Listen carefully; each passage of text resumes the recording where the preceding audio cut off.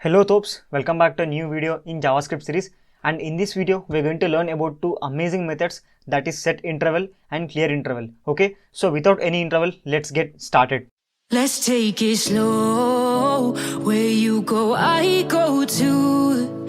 And if you hit So friends, the first thing we're going to learn is the syntax of set interval. Okay, so it is a method, set interval syntax. Syntax. So here let's write set interval. Okay, so the first argument it will take is function. Okay, function, and the second one is delay. Okay, time delay. So these are the two main arguments, and we can also pass some more arguments that are optional. Okay, so these are optional arguments. Okay, and now let's take a function. I'll take a function. So let's write function. I'll name it as say hi. I'll open the parenthesis.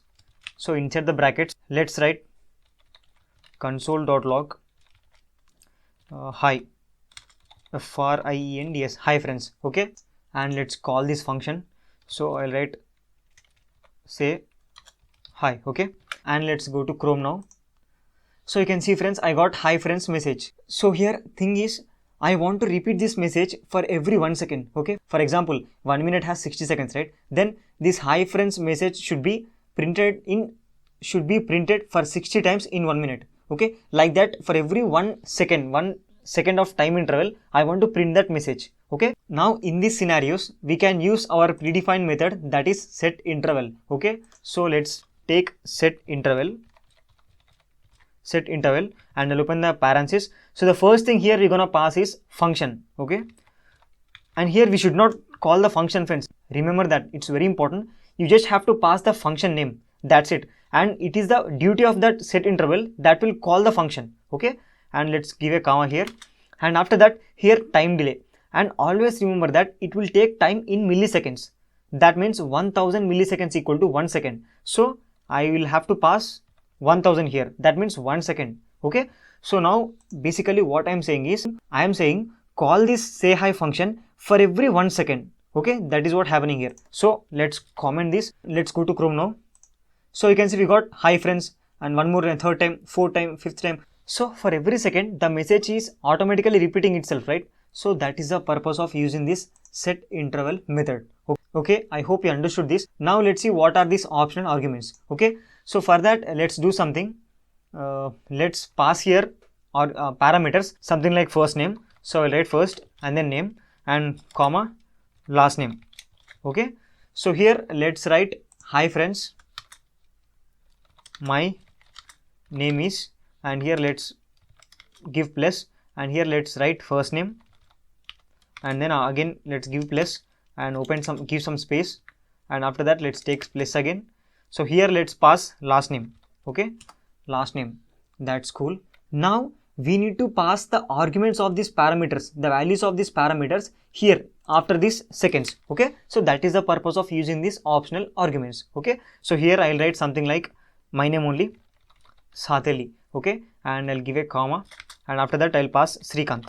Okay, so now we'll get this thing for every second. Okay, now so you can see it has already started. Hi friends, my name is Sateli Srikanth. So it will go on printing that message for every 1 second. Okay, so this is the purpose of set interval method, using optional parameters and without using optional parameters. Okay, now let's go to console once.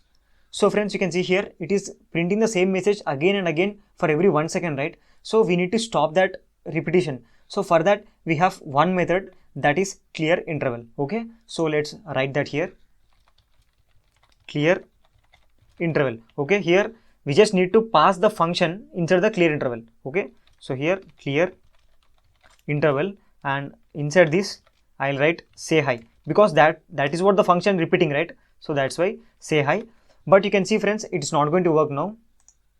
So you can see it will start again from starting. If I refresh it, first it will stop, and then it will start again from first onwards. Okay, the reason for that is, always remember that set interval method expects a variable. Okay, so here you have to either create a function expression, or you have to store this entire thing in a variable. Okay, so let's do the second thing.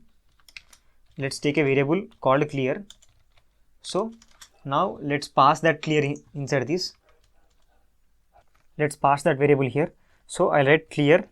Okay, now it will clear everything. So you can see that disappeared. Now even if I refresh, we will not get that because this clear interval has cleared that function. Okay, now it's not going to execute. So this is the purpose of using set interval and clear interval methods. I hope you understood this concept. Okay, now let's scroll down a bit. Okay, so here let's take a new variable, that is variable d equal to new, and then I'll write date here. So basically I'm creating date instance. Let's close this and let's print this in the document dot write. So here I'll write d. Okay, and let's close this. Now let's go to Google. So you can see here friends, we got Thursday, June 10th, 2021, and then 3:30, 35 seconds. So this is the time. Right now I'm recording this screen. Okay, and we have seen this in the last two videos. So let me show you that. Here you can see it is June 10th and 3:51, 23 seconds. And if I refresh it, you can see now it will change. And we have already seen that it is static. We need to always refresh the screen to see the new timing. Okay, let's go to VS Code again. So here what I'll do is, I'll take a separate variable. I'll call it as only time. And here let's write d dot to local time string. Okay, so this is again a predefined date method. So we are using that. Let's give the parenthesis, and now let's actually console this. Okay, and console.log. Here I'll write only time. Okay, now let's go to console. So friends, you can see here we have got only time portion, this portion including PM. Okay, from entire this date we have taken out only this time portion, right? So that is what you are seeing here. It is 3:52, 32 seconds. If I refresh it, now it will change to new seconds, 52.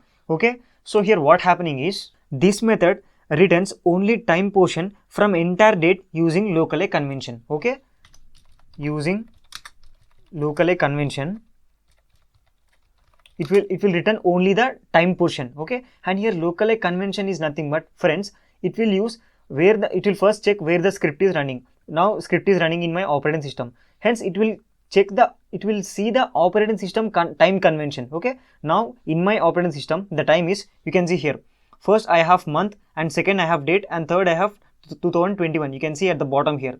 I hope you are able to see this. I'll write down here.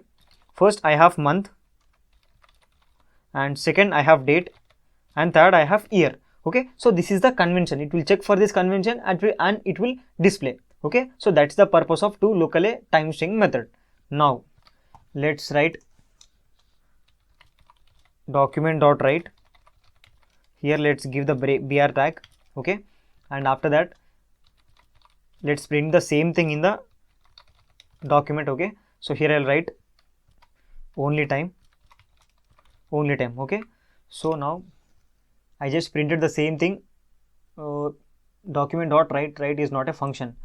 Sorry guys, here I have taken write for 2 times. Yeah, I have taken the same thing and I have printed that in the document. Okay, so now let's go back to VS Code.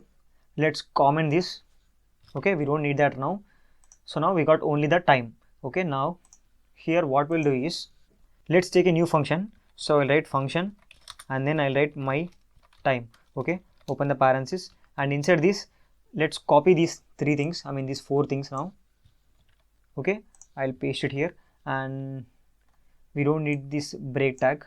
Okay, so here what I'm doing is, I'm just copying the same code and I'm just pasting it inside a function. Okay, now let's comment all these things. Okay, now let's do one thing. We'll take set interval method again. Okay, so I'll write here, I'll take a new variable that will be equal to time. Okay, that will be equal to time, and here I'll write set interval. Okay, and open the parenthesis. So the first thing we're going to do here is, we pass the function name, that is my time. Okay, and my time, and after that we need to pass the delay time, that is 1000 seconds. Let's go to Chrome now. So now you can see friends, the same time portion is repeating again and again for every 1 second, right? Because what we have done here, so we have used set interval and we have passed that my time function, and milliseconds, 1000 milliseconds, that means 1 second. So for every 1 second this function will repeat. And what is there in that function? In that function we are taking out the time portion of the date, and we are printing that on the document. Okay, so that printing on the document will repeat 1 second after 1 second. Okay, so that's what happening here. Now let's do something. Let's go to index.html and here let's take a paragraph. So let's give it a ID called para. Okay, and now let's go to app.js. So here, instead of printing on the document, we will print that entire only time portion inside the paragraph. Okay, so now let's comment this, and here I'll document dot get element by ID. So we'll directly access that element inside the function only, and here open the parenthesis. Here let's give it para, and to that inner HTML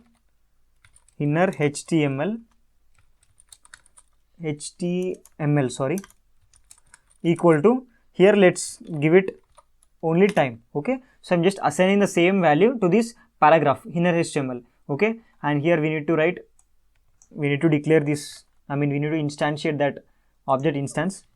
Okay, and now let's comment this. We are done now. Now you are going to see amazing thing, friends.